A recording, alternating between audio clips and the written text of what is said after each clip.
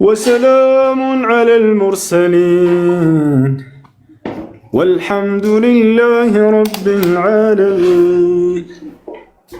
يعني كلاس كنا تاي شات تمرن شات تمرن شات كلاس እናንተ ወላሂ ስፖርት እየሰራ እኮ ነው። በጣም የቀነስኩት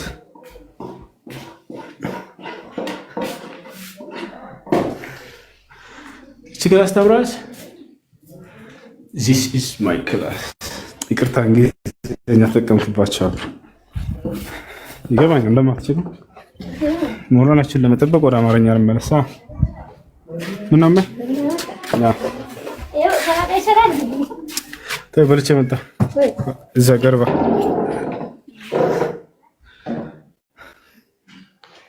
ገርባ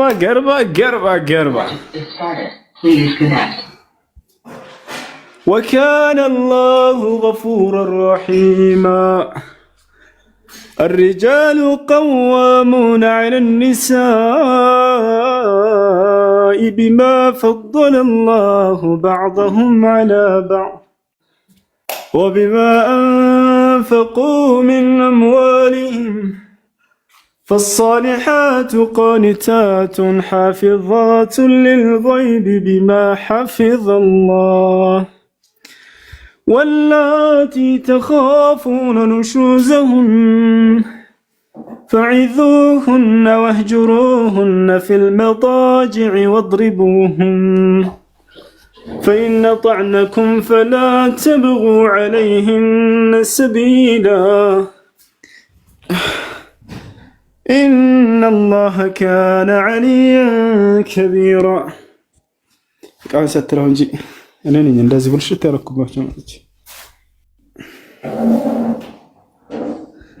لندن تاكلش يا زنبي نورمالو هل تتم تشالله ይሄ ምን እንደሆነ ታውቃላችሁ? ይሄ ውሃ፣ ሎሚ፣ ዝንጅብል፣ ማር አቀላቅያ ነው። እንደዚህ ነው ሁልጊዜ መጠጣ። ኖርማል ውሃ ካስፈለገ ደግሞ እዚህ መጠጣውላ፣ ግን እዛው አልጠጣም። ከዛች ደግሞ ገመድ እዚሁ ቤት የምዘልበት ናት። በቀን 2000 ገመድ ዘልበታለሁ። ይሄኛው ደግሞ ትናንትና ማታ እንትን ምንድነው ሽሮፕ ነው። ማታ ሐኪም ቤት ሂጄ ይሄን ሽሮፕና ይሄንን ከኒና ሰጠኝ ለሚያስለኝ ማለት ነው። ትቶኛል አሁን አልሐምዱሊላህ። ይሄ ደግሞ ልብስ እዚሁ አልቄ ያስቀምጥኩ ነው። ይሄኛው ሶፍት ነው። ትፈልጋላችሁ? ይሄን ይመስላል ቤት ውስጥ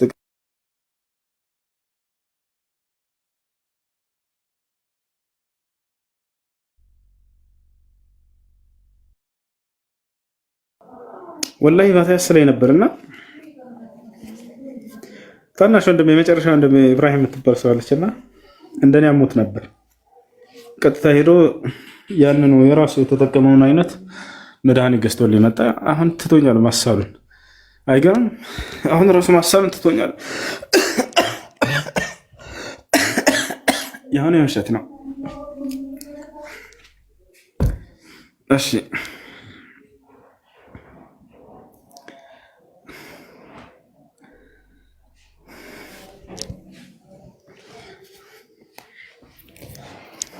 ከኪሴ የማይጠፋ ነገር ላሳያችሁ።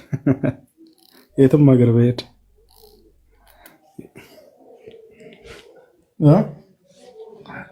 ዚስ ዋን ጆሮ መኮርኮሪያ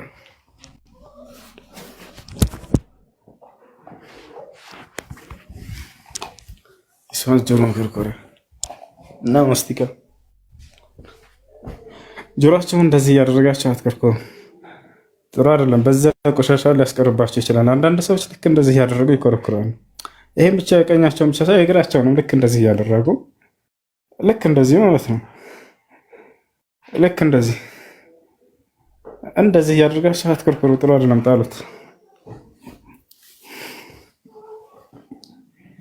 ያ ሰላም ወይ ሁሱ ይላል ጠራው እንደ ወንድሜ اليوم يوم الاثنين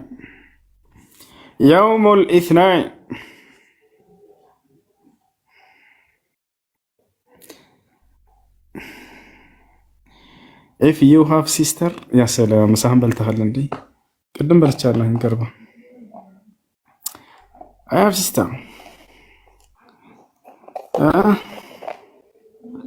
እህት አለችኝ፣ ግን ከእናቴ የምትወለድ ሳይሆን የአክስቴ ልጅ ነች። የአክስቴ ልጅ ነች። እዚህ ነው ያሳደግናት። እንደወለደቻት እናቷ ሞተች።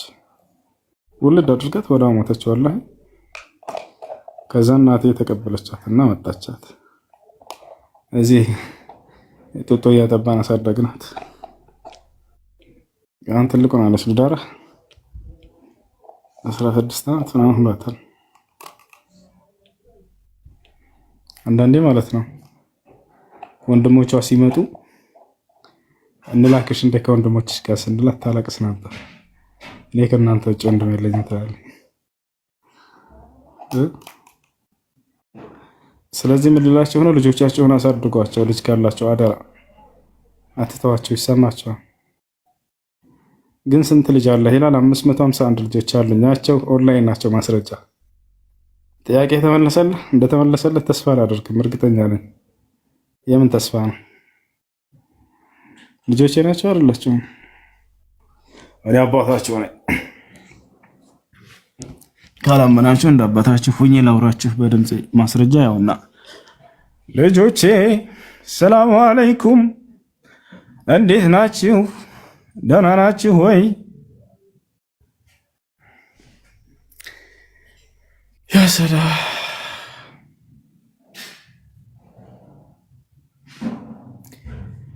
ሙሐመድ፣ እነዚህ የመካ ካዲያኖች ሙሐመድ ወንድሜ ልጅ ነበር። ሪሳላ ፊልም ላይ ህፃን እያለን ያ ሰላም ስንት ህፃን ስንት አካባቢ 7 ዓመት 8 ዓመት አካባቢ 7 ዓመት 8 ዓመት በዘጠናችን ያየነው ታስታውሳላችሁ? አሁን ሰርግ ጥራ እናግባ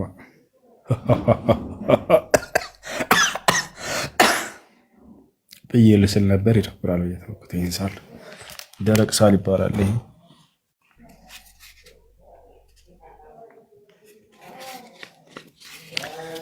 ወላሂ ኢቃማ የዱባይ ኢቃማ ካንስል አስደርጊያታለሁኝ፣ ግን ዝም ብዬ ይዣታለሁ። ማስታወሻ ትሆናለች። ዱባይ የሚባል ሀገር ሄጄ ነበር ለካ እላለሁ ወደፊት። ገስት ልክ ያለው አለ። ኧረ በአላህ ያአላህ፣ እንዴት እስካሁን ሳትነግረን? በአላህ ለምን ዘገየ? ሽክራ ወንድማችን ስለነገርከን።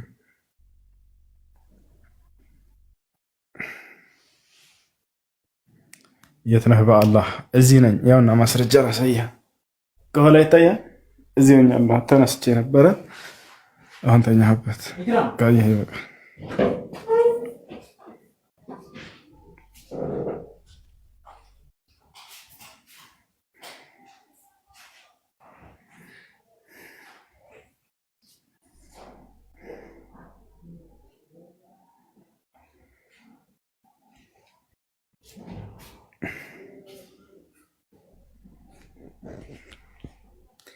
እንዴት ግን እንደ ጋን ኔትወርክ ይሰራል በደንብ?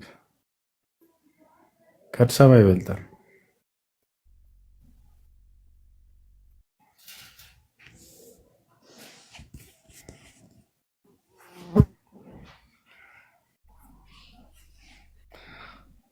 እሱ ወጣትነት ይበቃል። አግባ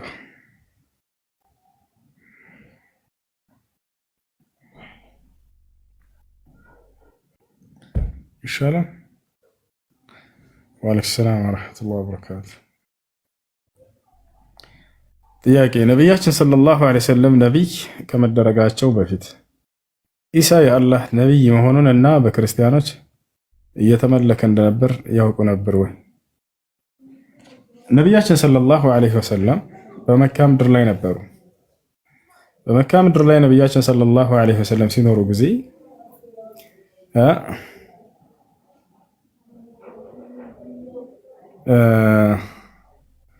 አንድ አላህን ይገዙ ነበር። አንድ አላህን ይገዙ ነበር። በማን ከማን አግኝተው ከተባለ ከኢብራሂም እና ከኢስማኤል አለይሂም ሰላም። ኢብራሂም እና ኢስማኤል በመካ ምድር ላይ ዳዕዋ አድርገዋል፣ አስተምረዋል። የመካ ሰዎች እንዳለ በኢብራሂም መንገድ ላይ ነበሩ እስከ ቅርብ ጊዜ ድረስ። ነብዩ ሰለላሁ ዐለይሂ ወሰለም ከመላካቸው ጥቂት ጊዜ በፊት ዐምር ብን ሉሐይ የተባለ የመካ አስተዳደር ነበር፣ ንጉስ ነበር። ያ ንጉስ እንዳጋጣሚ ወደ ሻም ወደ ሶሪያ ይሄዳል። በዚያ ላይ የተቀረጹ አማልክቶችን አየ። ለምን እነዚህን ለመካ ሰዎች አልወስዳቸውም ብሎ ንጉስ ስለሆነ ወሰደና 360 ጣዖቶችን በካዕባ አጠገብ አስቀመጠባቸው። አያችሁ። ስለዚህ አብዛኛቸው ሰዎች የተቃወሙት አሉ። እኛ እነዚህም በፍጹም አናመልክም ብለው ለነዚያም የተገዙም አሉ እንጂ ከመጀመሪያው ጣዖት አምልኮ አልነበረም መካ እስከ ቅርብ ጊዜ ድረስ ነብዩ ሰለላሁ ዐለይሂ ወሰለም ከመላካቸው ጥቂት ጊዜ በእነ አብዱል ሙጠሊብ ዘመን ነው የጀመረው። የሚገርማቸው በአያታቸው ዘመን ማለት ነው። እስከዚያ ዘመን ድረስ የመካ ሰዎች በተውሂድ ላይ ነበሩ። አንድ አላህን በብቸኝነት ይገዙ ነበር። ገብታችኋል? ስለዚህ አላህን መገዛት የሚባለው በመካ ምድር ላይ ቀድሞ የሚታወቅ ነገር ነው ማለት ነው። ገብታችኋል? ከዚያን ጊዜ በፊት እነዚህ ሰዎች አንድ አላህን ይገዙ ነበር። ከዚያ ይህ ንጉስ አመጣባቸው። በርካቶች ይገዙ ነበር ያን ጣዖት፣ በርካቶች ደግሞ አንድ አላህን በመገዛት ቀጠሉ። ማናቸው? ከነዚያ መካከል ነቢያችን ሰለላሁ ዐለይሂ ወሰለም ካነ የተሐነፈ ፊ ጋር ሒራ ይላል። በሒራ ዋሻ ውስጥ አላህን ይገዙ ነበር ነቢዩ ሰለላሁ ዐለይሂ ወሰለም። በዚያ ላይ ስለ ጣዖት አምላኪያኖች ምናምን ይሰማሉ ነቢያችን ሰለላሁ ዐለይሂ ወሰለም ጣዖት የሚያመልኩ ሰዎች እንዳሉ እዛው መካ ላይ ስለሚኖሩ ይህ ነው።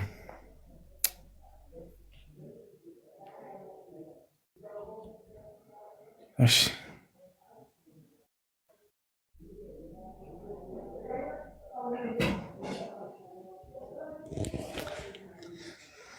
ያ ሰላም ያ ሰላም ያ ሰላም።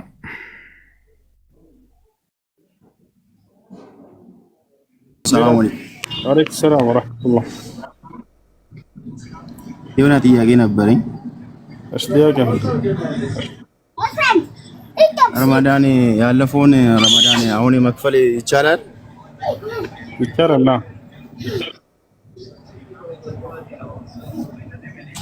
እሺ በቃ ጀዛከላ። ሰላም ነው እሱ ሰላም ነው። እንዴት ነው? አደረገ መስከረም እንዴት ነው? እንትን ነበር እሱ ወአለይኩም። እሺ ቀጥል። ጥያቄ ብዙ ጊዜ ከታተለ ነበርና ከታችዮ ማቲ ነው ሃይማኖት ብዙ ነበርኩ የገባው ሰው ነኝ ማለት ነው። በቃ የሆነ ጓደኛ የነበረኝ እንደዚህ ሙስሊም እና ብዙ ጊዜ ሼር ያደርገኛል እንትን እና እከታተላለሁ። ማቲ ያው ብዙም ሃይማኖት ያው በቤተሰብ ነው የወረስኩት። ብዙም አልሄድም ምንም አለ እና አንድ ጓደኛ ነበረኝ ከ7ኛ ክፍል ጀምሮ እና ብዙ ጊዜ ነበርና ብዙም ሃይማኖት ላይ እንትን ስለማይመስለኝ ግን እሱ ይገርመኝ ነበር። ዴዲኬሽን ምናምን በቃ ሰዓቱን አያሳልፍም ሰግደው እና ይገርመኛል። እና ያንተን ቪዲዮ ምናምን ከሆነ ሰዓት በኋላ ከመጣ በኋላ ደግሞ ቲክቶክ ላይ ሼር ምናምን ያደርገኝ ነበር እና እየተማርኩ ነበር። ብዙ ጊዜ ተማርኩ። ቢያንስ ቆየሁ በጣም 6-7 ወር እንትን አልኩና እና ይገርመኛል። ለምን አይነት አምላክ ቢሆን እንደዚህ ዴዲኬሽን ያለ ምናምን ነበር። ገብቷል። እኔ ብዙም ሰው እና በጣም እየመሰጠኝ መጥቷል ማለት አንደኛ ያለውን በቃ እንትን ሳይው መቼም ዝም ብሎ አምላክ እንደዚህ ዴዲኬሽን አይኖርም። ሰዓቱ በቃ ሰዓቱን ጠብቆ አያሳልፍም እና በዛ እድሜያችን እኛ እንኳን እንደዚህ እንትን እንል ግድም የለንም እና ደግሞ ትምህርቶችን ምናምን እንትን እያለኝ ነው። አሁን ያው ቤተሰብ ታውቃለህ፣ ቤተሰብ ያዝገኛል እንትን ካልኩ ያው ልቀይር ካልኩ ምናምን ያው ታውቃለህ እንግዲህ ያው ገና ከቤት አልወጣሁም ወይ ውጣ ነው የሚለኝና እንዴት ነው ማድረግ የምችለው ያለውን ነገር ይጠይቀኝ። እሺ መልካም። እስልምናን መቀበል ፈልገህ ነው? ቤተሰብ ፈርተህ ነው? እንዴት ነው? አዎ ቤተሰብ ያው እንዳለ ማለት ያው ገና ነኝ አልወጣሁም ከቤትና የዩኒቨርሲቲ ተማሪ ምናምን እንደዛ ሲሆን ያው ማባረራቸው አይቀርም ያው እንትን ካልኩ ያው እና በመንገድ ነው እንትን የምለው እነሱ ማወቅ የለባቸውም። ካወቁ ያው ማሳወቅ አይጠበቅበት ችግር የለም። አንድ ሰው ሲሰልም ጊዜ በአንተና በአላህ መካከል እንጂ አላህ ለሰዎች ካላሳወቅ ካልቀበልህም አይልም። አምላካችን አላህ ሱብሓነሁ ወተዓላ የሰዎችን ምስክር አይፈልግም። አንተ የራስህ በአንተና በእርሱ መካከል የሚቀር ነገር ማድረግ ትችላለህ። ለዚህ ማስረጃችን ነቢያችን ሰለላሁ ዐለይሂ ወሰለም መካ ላይ ገና አስተምሮ በጀመሩበት ጊዜ ከመዲና ሰዎች መጣና አንዱ እርሳቸው ጋር እስልምናን ተቀበለ። ሂጄ ላውጅ እንዴ ሲላቸው አሁን አደጋ እንደሚደርስበት ስላወቁ አሁን ደብቅና እምነትህን በራስህ አላህን እየተገዛህ ቆይ፣ እኔ በገሃድ የማወጣበት ጊዜ ቅርብ ነው ብለው ትንቢት ነገሩት። የዛኔ በገሃድን ስወጣ አንተ ታውጃለህ አብሽር አሉት። እንዳሉትም ነብዩ ሰለላሁ ዐለይሂ ወሰለም ትንቢታቸው ተፈጸመ። ብዙዎች እናጠፋቸዋለን ብለው ሲደክሙ ሲለፉ ሲጥሩ ሳይሳካላቸው ቀርቶ እነዛ እናጠፋቸዋለን ያሉት ሁሉ ጠፉ። ነብዩ ሰለላሁ ዐለይሂ ወሰለም የበላይ ሆኑ። የዛኔ ልክ መዲና በሄዱ ጊዜ ተቀበላቸው እርሱ ራሱ እና አንድ ሰው ቤተሰቦቹ ቢያውቁበት አደጋ የሚያደርሱበት ከሆነ ያን እምነቱን መደበቁ በአንተና በአላህ መካከል ብቻ ማድረጉ የምትችሉት ነገር ነው። ችግር የለውም። እሱ ያ ነው። ኦኬ። ታዲያ በአቅራቢያ በሚገኝ እንትን ነው ወይስ እንዴት ነው ማለት አልገባኝ። ሄደን እንትን የምጠይቃቸው ሰዎችን ወይስ በአቅራቢያ በሚገኝ መስጊድ ነው እንትን የምለው እንዴት ነው እንትን የምለው ማለት ነው? እኛ ሻሃዳ እናስይዛለን። በአቅራቢያ መስጂድ ካለ ወደዚያ በመሄድ ደግሞ የምትችል ከሆነ እስላማዊ ትምህርቶችን እየተማርክ እዚያው የእስልምናን ሕግና ስርዓት እየተማርክ የሚያዝህን መፈጸም የሚከለክልህን መራቅ። እንዲሁም ጓደኛ ካለ የምታገኘው በጣም ቀላል ነው፣ ያስተምርሃል። እሱ ስለ ሶላት አሰጋገድ፣ ስለ ውዱእ አደራረግ የዛኔስ ከእሱ ጋር እየተማርክ የእስልምናን ሕግና ስርዓት እየፈጸምክ ትኖራለህ ማለት ነው። ኦኬ እሺ። እና አንድ ብቻ የምታጠራልኝ ጉዳይ አለ። አንድ ብቻ ማለት ትንሽ ያው ከጓደኛዬ ጋር እንትን ስል ብዙ ነገር እንትን ብያለሁ። አንድ ብቻ ያው የምታጠራልኝ ጉዳይ አለና ያው እንትን ሲሉ ስለሰማሁ የሆነ ማለት ያስጨነቀኝ ጉዳይ ስላለ ነው። የሆነ እንትን ላይ ስለ መሐመድ ታሪክ ምናምን እየነገረኝ ነበር ጓደኛዬ ማለት ነው። ብዙዎቹን እንዴት ማን ነበር መጀመሪያ እንትን ያለው ጥቁር ሰውዬ የመሰከረው ቢላል ስለሱ ምናምን ታሪኩን ብቻ ነግሮኛል። ያው ራፍሊ ነግሮኛል። እና ግን ትንሽ ያልገባኝ ነገር የእንትን ጉዳይ ነው ያልገባኝ። ማን ነበር ስሙ? የአይሻ ጉዳይ ነው ያልገባኝ ትንሽ ማለት እሱ ላይ በጣም ማለት ቅሬታ ትንሽ አለብኛል። በ9 ዓመቷ ምናምን የሚል ብዙ ቦታ ሲሰማ ትንሽ እሱ ብቻ እንትን አለኝ ማለት እንዴት ማለት በዛን ጊዜ ይቻላል ወይስ እንዴት ነው? ያው ነብይ ስለሆነ ያው እንግዲህ በተቀበልን ሰው እንዴት እሱ ብቻ ትንሽ ቅር ያለኝና እሱና ደግሞ እንትን ደግሞ ሌላ ደግሞ አሁን እኛ ጋር ለምንድን ነው አንድ ሚስት ነውና ብዙ ሚስት ነው ሲሆን እሱ ለምንድን ነው እሱ ቅር ብሎኛል ትንሽ እሱ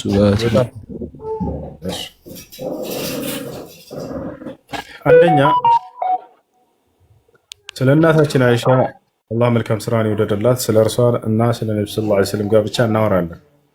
ግን አንድ ሰው ክርስቲያን እንደመሆኑ መጠን መጽሐፍ አለው ወይ? አዎ መጽሐፍ አለው። በዚያ በመጽሐፉ ላይ የጋብቻ ህግና ስርዓት አለ ወይ? ለምሳሌ 9 ዓመት ማግባትን የሚቃወም ከሆነ አንድ ሰው ስለዚህ በመጽሐፉ ላይ በ9 ዓመት ማግባት የተኮነነ ነገር ሆኖ ስላገኘ ሊሆን ይገባል። አንድ ሰው የሰውንነት መጥቶ ሊኮንን ሲፈልግ ጊዜ ይህ ከእኔ እምነት አንጻር እንዴት ነው የሚለውን ማየት ይገባዋል። ኢየሱስ ክርስቶስ መጽሐፍ ቅዱስ ላይ ምን አለ?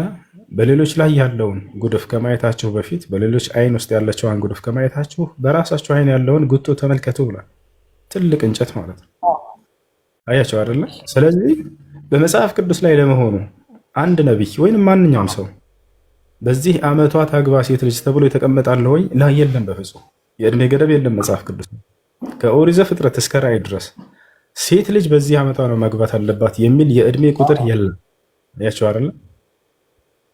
ይሄ የለም። አንደኛ ይሄ ነው። ሁለተኛ አንድ ነብይ ሴት ልጅን በዚህ ዓመቷ ቢያገባ ነብይነቱ ጥያቄ ምልክት ውስጥ ያስገባል የሚል አለ ወይ? ላ የለም፣ በፍጹም ያ ነው። እሺ በኪ አለ እያለ ነው። በኪ ገብተህ ማሳየት ትችላለህ። ችግር የለውም። ልክ የለህም። ኦኬ እሺ፣ አመሰግናለሁ። ያ ደግሞ አንድ የመጨረሻ ጥያቄ። ቆይ በኪ አንዴ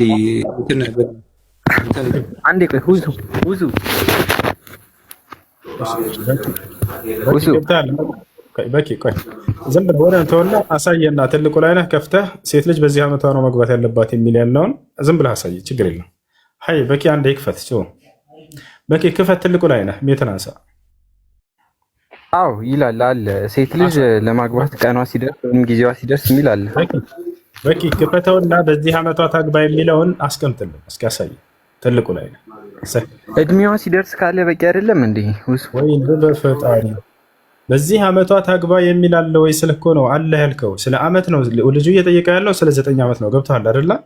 በዚህ ዓመቷ ነው ሴት ልጅ ማግባት ያለባት የሚል መጽሐፍ ቅዱስ ላይ የለም ስል አይ አለ ብለህ ተናገርክ። ክፈትና መጽሐፍ ቅዱስ ላይ ሴት ልጅ በዚህ ዓመቷ ታግባ የሚል ነው ያለው የሚለውን አሳየን። በ9 ዓመት በ10 በ100 በ80 ችግር የለውም አሳየን። ያላ ክፈት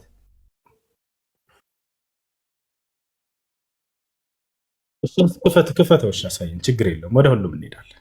ትልቁ ላይ እሺ፣ ግድ የለም። አሁን አንተ እንትኑ መልስልኝ። ለምንድን ነው ታዲያ? ቢያንስ ያልከውን አሳየን እንጂ ክፈተው። እሺ አሳያለሁ፣ ችግር የለውም። ግን ለምንድን ነው መሐመድ ልጁን አልድርም ያለው ታዲያ? ሳይሆን አሁን ክፈተው። ገና ነች ያለው ለምንድን ነው? አትከፍትም? ይሄንን መልስለት። ለዚህ ነው ስታወራ የነበረው ኮሜንት ላይ በባዶ ለልጁ መልስለት። ውሱ እኮ መልስለታለሁ። ልጁ ይጠየቃል፣ አንተ የምትጠይቀውን ሁሉ መልስልሃለሁ። ለሱም ችግር የለም። አሁን ግን አንተ ለተናገርከው ውሸታም እንዳትባል ክፈት ቢያንስ። እንዴት ሰው ውሸት ኮሜንት ላይ ይጽፋል? አለ በመጽሐፌ ላይ ብለህ አሳየን እንጂ። አለ ችግር የለውም፣ አሳይሃለሁ። ችግር የለውም፣ አሳይና እና ተረጋጋ እንጂ። ተረጋጋ ሳይሆን አሳይ ብቻ ነው የተባልከው። ክፈት እኮ እኔ እሱን አሳያለሁ፣ ግን መጀመሪያ ለልጁ ይመልስ። ለምንድን ነው ፋጥሞን አልድርም ያለው እኮ? ክፈትና አሳየን። ችግር ጠብቀኝ። እሺ ግድ የለም ጠብቀኝ፣ 2 ደቂቃ ጠብቀኝ፣ እመለሳለሁ። እንጠብቅሃለን። 2 ደቂቃ አብሽር። እሺ 2 ደቂቃ። ኧረ አብሽር፣ እስከ ትንሣኤ ቀን እንጠብቅሃለን። ወላሂ መጽሐፍ ቅዱስ ላይ ሴት ልጅ በዚህ ዓመት ታግባ የሚል የለም። መቼም አታመጣም። ኢየሱስ ቢመጣ ዳግም ማለት ነው። ወላሂ አታመጣም። እሺ በኪ ወደ ቀጣይ ጥያቄ ሂድ። እሺ ብዙ ሴት ማግባት ነው ያልከው፣ እሱንም እንዲሁ ብዙ ሴት ስለማግባታቸው ነቢያችን ሰለላሁ ዐለይሂ ወሰለም በተመለከተ አሁንም እንዲሁ በመጽሐፍ ቅዱስ ላይ ችግር የለውም። ወደ እስልምና መልስልሃለን ያለውንም ከእስልምና እንዳሁን ልጀምርልህ፣ ችግር የለውም። ለምንድን ነው ነቢ ሰለላሁ ዐለይሂ ወሰለም ብዙ ሴት እንዳገቡ የተደነገገ? በመጀመሪያ ልታውቁ የሚገባው ነቢያችን ሰለላሁ ዐለይሂ ወሰለም በአንድ ሚስት ብቻ ነበር እስከ 53 ዓመታቸው ድረስ የቆዩት። እስከ ስንት ዓመታቸው? እስከ 53 ዓመታቸው ድረስ። ሁለተኛ ሚስት አግብተዋል ወይ? እስከዚያ እድሜያቸው አላገቡም። የማግባት ፍላጎቱም አላማውም ምንም የላቸው ነበር። ይሄን ልታውቁ ይገባል። ብዙ ሰው የሚመስለው ነቢ ሰለላሁ ዐለይሂ ወሰለም የወሲብ ጥም ያለባቸውና ያን ሁሉ ሴት ያገቡ ነው የሚመስላቸው። ይሄን ነው ጭንቅላታቸው ላይ የሚቀርጹላቸው። እሺ እንደዛ ከሆነ ሰው የወሲብ ጥሙን ለማርካት ከሆነ በወጣትነት ዘመኑ ነው ሴት ሊሰበስብ ሊያገባ የሚችለው ወይንስ እድሜው ከሄደና ካረጀ በኋላ? ነቢያችን ሰለላሁ ዐለይሂ ወሰለም ከልጅነታቸው እድሜ ጀምረው እስከ 53 ዓመታቸው ድረስ ከአንድ ሴት ውጭ አላገቡም ነበር ያልኳቸው እኮ። አንዲትም ሴት ሌላ ማን ትባላለች? ሚስታቸው ኸዲጃ ትባላለች። ለዚያም የሚገርምህ በእድሜ የምትበልጣቸው ሴት ነበረች። እርሳቸው የ25 ዓመት ወጣት በጣም ውብ የዓለማችን ቆንጆ ሰው ናቸው። ሰሓቦች ሲናገሩ ምን አሉ? ካነ አሕሰኑ ናስ ወጅሃን አሉ። ፊታቸው ከሰው ሁሉ በላይ ውብ ነበሩ አሉ። እንደዚያ ውብ መልከ መልካም ሆነው ነቢ ሰለላሁ ዐለይሂ ወሰለም በእድሜ የምትበልጣቸውን ትልቅ ሴት ነው ያገቡት፣ የ40 ዓመት ሴት። ለዚያም ከእርሳቸው በፊት 2 ጊዜ አግብታ ነበር። አይገርምም? ትልቅ ሴት። አሁን የስሜት ለማርካት የሚፈልግ ሰው በእድሜ የምትበልጠውን ሴት ያገባል? በፍጹም አያገባም። ከኔ በታች የሆነችዋን ነው የማገባው። አየህ አይደለ? እርሳቸው ግን ያ አይደለም አላማቸው። ራሱ መልካም ሴት መሆኗን ባዩ ጊዜ ነቢ ሰለላሁ ዐለይሂ ወሰለም መልካምነቷን አይተው እንጂ ያገቧት እድሜዋንና እንትኗን ምናምን አይደለም። እና ነቢያችን ሰለላሁ ዐለይሂ ወሰለም እስከ 53 ዓመታቸው ድረስ ከአንድ ሚስት ጋር ብቻ ነው የኖሩት። ልክ ከዚያ ሚስታቸው ስትሞት ጊዜ አላህ ሱብሓነሁ ወተዓላ በዚህ ጊዜ እነዚያን ሚስቶች እንዳገቡ ደነገገባቸው። በእርሳቸው ላይ አግባላቸው። መቼ? ለምን? ነቢያችን ሰለላሁ ዐለይሂ ወሰለም በመካ ምድር ላይ ሲኖሩ አስተምሮት ነቢይነት የተሰጣቸው በ40 ዓመታቸው ነው። የነቢይነት አገልግሎታቸው በስንት ዓመት ሞቱ? ነቢ ሰለላሁ ዐለይሂ ወሰለም በ63 ዓመታቸው። ስለዚህ በነቢይነት አገልግሎት 23 ዓመት አሳልፈዋል ማለት ነው። 13ቱን ዓመታቶች መካ ላይ ያሳልፏቸው የመጀመሪያው የነቢይነት ዘመናቸው።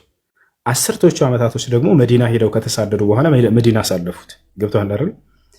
በመካ ህይወታቸው ላይ ነቢያችን ሰለላሁ ዐለይሂ ወሰለም አንድ አስተምህሮ ነበር ሲያስተምሩ የነበሩት። እርሱ ምንድን ነው? ተውሂድ ነው። አንዱን አምላክ በብቸኝነት አምልኩ እያሉ ነበር ሲያስተምሩ የነበረው። ያ ማለት ሰዎች ከባዕድ አምልኮ ይወጡና አንዱን አምላክ እንዲያምኑ ዘንድ ነው። አየህ፣ ከዚያ በኋላ መዲና ከተሳደዱ በኋላ ደግሞ ህግጋቶች መውረድ ጀመሩ። አየህ፣ ለሰው ልጆች የሚያስፈልጉ ህግጋት፣ እንዲህ አድርግ፣ ይህ ያታመንዝር፣ ጾም፣ እንዲህ አይነቶቹ ህግጋቶች መዲና ናቸው የወረዱት። ለ13 ዓመታት ግን መካ ላይ ተውሂድን ነበር ሲያስተምሩ የነበሩት። አሁን እነዚህ ህግጋቶች በሚወርዱ ጊዜ ከእርሳቸው ትምህርትን ቀስሞ ለትውልድ የሚያስተላልፍ ህዝብ ያስፈልጋል። አየህ አይደለ? ልክ መዲና እንደተሳደዱ ነቢያችን ሰለላሁ ዐለይሂ ወሰለም እነዚህ ህግጋቶች መውረድ ሲጀምሩ ጊዜ አላህ ሱብሓነሁ ወተዓላ በእርሳቸው ላይ እነዚህን ሚስቶች አግባ አላቸው። ለምን? ከአንተ እነዚህን የማወርድልህን ትምህርት ቀስመው ለትውልድ የሚያስተላልፉ ይሆኑ ዘንድ አላቸው። ወንዶች ቀን ቀን ያገኛቸዋል ነቢያችን ሰለላሁ ዐለይሂ ወሰለም ከሚስቶቻቸው አንድ ሰው በቤቱ ምን አይነት ህይወትን መምራት እንዳለበት ገብታቸዋል። ምናልባት ሰውየው ድንግል ሴት ቢያገባ እንዴት ነው ከዚህ ሴት ጋር አኗኗሩ ሊሆን የሚገባው? እሺ ባሏ የሞተባት እስከሆነች እንዴት ነው? ማንኛውንም የሴት አይነት ሰው ዛሬ አግብቶ ህይወቱ እንዴት መምራት እንዳለበት ቢፈልግ ከነብዩ ሰለላሁ ዐለይሂ ወሰለም ከሁላቸውም አይነት ሴቶች ትምህርትን ያገኛል። እንዳጠቃላይ ለምንድን ነው እንዲያገባቸው የተደነገገው የሚለውን ቃል በቃል አላህ በቁርአን ላይ ምክንያቱም ተናገረ። ምን አለ? ወዝኩርነ ማ ዩትላ ፊ ቡዩቲኩነ ሚን አያቲላሂ ወልሂክማ አለ። እናንተ የነቢዩ ሙሐመድ ሚስቶች ሆይ አላቸው ቃል በቃል አላህ በቤታችሁ ውስጥ የሚወሳውን የእኔን የአላህ ቃልና የመልእክተኛውን አስተምህሮት ጥበብ ሱና ለትውልድ አስተላልፉ አላቸው። ለዚህ ዓላማ ነው ያገባቸው አያርል። ስለዚህ ከዚያ በኋላ ይህንንም የአላህን ትእዛዝ ተቀብለው እነዚህ የነብዩ ሰለላሁ ዐለይሂ ወሰለም ሚስቶች ከእርሳቸው ትምህርትን ሸምድደው ለትውልድ አስተላለፉ። አይሻ ትባላለች ለምሳሌ አንደኛዋ ሚስታቸው ከማንም በላይ ይህን የቁርአን አንቀጽ ተግባራዊ ያደረገች ከ2000 ምናምን በላይ ሐዲሶችን በጭንቅላቷ ሸምድዳ ለትውልድ አስተላለፈች ቁጭ ብላ። አየህ ልክ አላህ እንዳዘዛት ማለት ነው። እንዳውም በጣም ምንኮራባትና ምንደሰትባት የነብዩ ሰለላሁ ዐለይሂ ወሰለም ሚስት ማን እንደሆነ ታውቃላችሁ? ወላሂ ላዚም አይሻ ነች። አንድ ሰው ከማንም በላይ ሊበልጥ የሚችለው በምንድን ነው? በእውቀቱ ነው አይደለ? አይሻ ከየትኛውም የነብዩ ሰለላሁ ዐለይሂ ወሰለም ሚስቶች ጋር አትወዳደርም በእውቀት። ሁላቸውም ቢመዘኑ ትበልጣቸዋለች። ከዓለም ሴት ጋር እናታችን አይሻ ከየትኛውም የእውቀት ባለቤት ጋር ብትነጻጸር አትወዳደርም በፍጹም። የራሷ ተማሪ ኢማሙ ዙህሪ ምን ይላል? ታላቁ ታቢዒ ለው ውዚነ ዒልሙ ዓኢሻ ወበቅየት ዘውጃት ነብዩ ሰለላሁ ዐለይሂ ወሰለም ወበቅየት ኒሳእ ሃዚሂል ኡማ ለማ ወሰለት ኢለይሂ ዓኢሻ ረዲየላሁ ዐንሃ ከማ ቃል ረዲየላሁ ዐንሃ። የዓኢሻ እውቀትና የሌሎች ነብዩ ሰለላሁ ዐለይሂ ወሰለም ሚስቶች እውቀት እንዲሁም የዓለም ሴቶች ሁሉ እውቀት እንዳው ቢመዘን በፍጹም የእርሷን አይደርሱም ነበር እያለ ይናገራል። ስለዚህ እናታችን አይሻ ይህን የቁርአን አንቀጽ ተግባራዊ አድርጋ ከነቢዩ ሙሐመድ ሰለላሁ ዐለይሂ ወሰለም እውቀትን ቀስመሽ ለትውልድ አድርሽ በተባለበት መልኩ ያደረሰች ታላቅ መልካም ሴት ነች።